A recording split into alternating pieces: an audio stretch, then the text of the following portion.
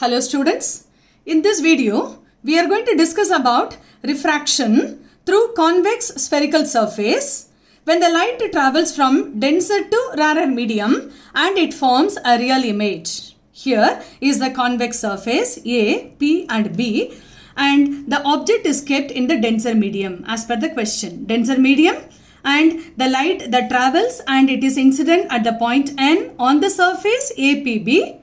And there is a normal drawn that is from C, center of curvature. This is the normal. And here is a refracted light which is traveling. The refracted light is traveling in mu1 medium. That is a rarer medium that forms a real image which is focused at I. And here you can see angle I, angle of incidence with respect to normal, angle of refraction and also alpha, beta and gamma, three angles are marked at the respective positions. And the light rays, two rays we have taken from the point object. One is traveling here and another ray which is traveling through center of the lens, that is a point P. And there is also a perpendicular which is drawn. NM is a perpendicular, keeping that MP, the distance is negligible. Whatever measurement is taken from M should be considered as if it is taken from P here. You can also see the object distance is minus and the image distance is plus because the image is formed in the same direction of light, from left to right side. And here is nothing but the radius of curvature, that is PC. You can also check, we have written these values of UVR with the sign notations. We can also see here from the triangle NOC, look at this diagram to consider NOC, and the angle gamma exterior is a sum of two interior angles, alpha plus I. Therefore, I is equal to gamma minus alpha, which is equation 1. Similarly, when you look at this triangle NIC, here is I. Therefore, when you look at this R, it is a sum of the two angles here. Therefore, gamma plus beta. We have second equation also with us.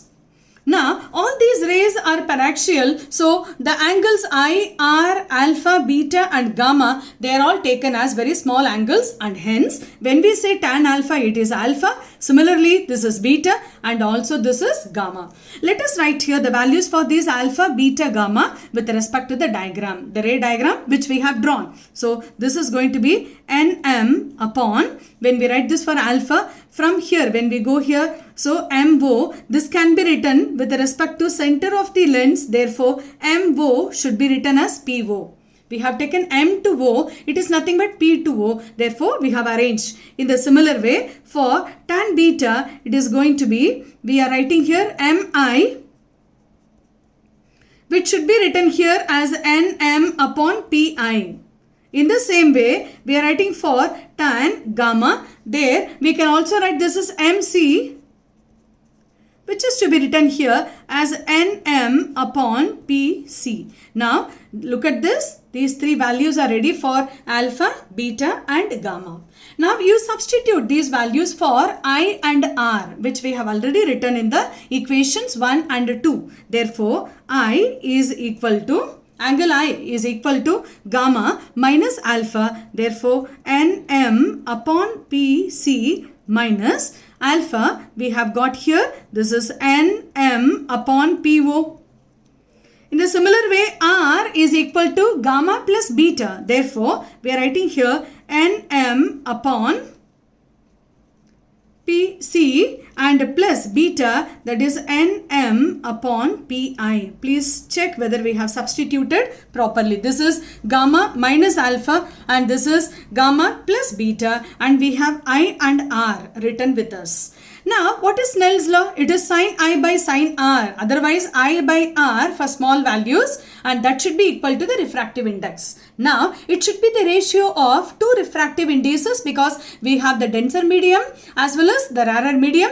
Therefore, let us see in the numerator, we have to write the refractive index of the medium where the light gets refracted actually. So, the light gets refracted in this medium, that is mu1. We are writing in the numerator. Denominator, we have to see from where the light is actually traveling. Where is the object kept? In the denser medium. So, we are writing mu2. So, this is the important logic we have to remember. This differs from diagram to diagram for different cases of refraction.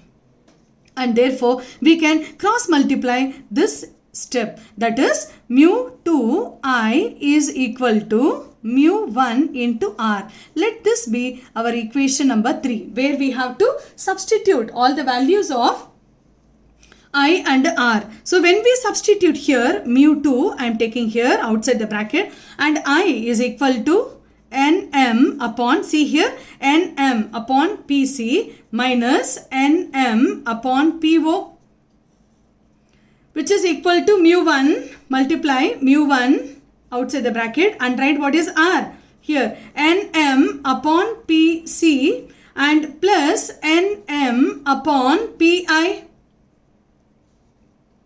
Check whether we have substituted properly. And nm being common term on both sides can be taken outside and cancelled, and hence what is left here, mu 2 by pc minus mu 2 upon po left hand side, which is equal to mu 1 upon pc plus mu 1 upon pi. This is very important step. And now we have to rearrange, bring pc being the common term at one side. Therefore, I am going to write here, this is minus mu 2 upon po, and this to be brought here minus mu 1 upon pi, which is equal to mu 1 minus mu 2 upon pc taken on the other side. This is equation number 4. Very important step where we are going to substitute u, v and r with the same sign notations. Let us proceed. Here minus mu 2 upon po is the object distance. This is also minus u, and minus mu 1 is there upon pi is the image distance, that is v, which is equal to mu 1 minus mu 2 upon pc is nothing but r. Where is r? Minus r. So we have taken minus r in this equation. Okay, so here we have to remember what we have taken as a common term. We have taken the common term in this formula as such. Now let us rearrange this also once again. This is going to give you here mu 2 upon u minus mu 1 upon v, that is equal to mu 1 minus mu 2 upon minus r is still there in this equation. So we have to rearrange in this order. When we rearrange in this order, we can write here, this is going to be minus sign throughout the equation. Therefore, we are writing here mu 1 upon v minus mu 2 upon u. Then this is going to be, of course, we have multiplied with the minus sign. Therefore, mu 1 minus mu 2 upon r. This is the expected derivation, which is relating the terms u, v, r, and also the refractive indices of two media. Okay, this is very important derivation for 3 marks. You can also cross check with the values which we have substituted. I hope you understood this concept very well. Thank you for watching.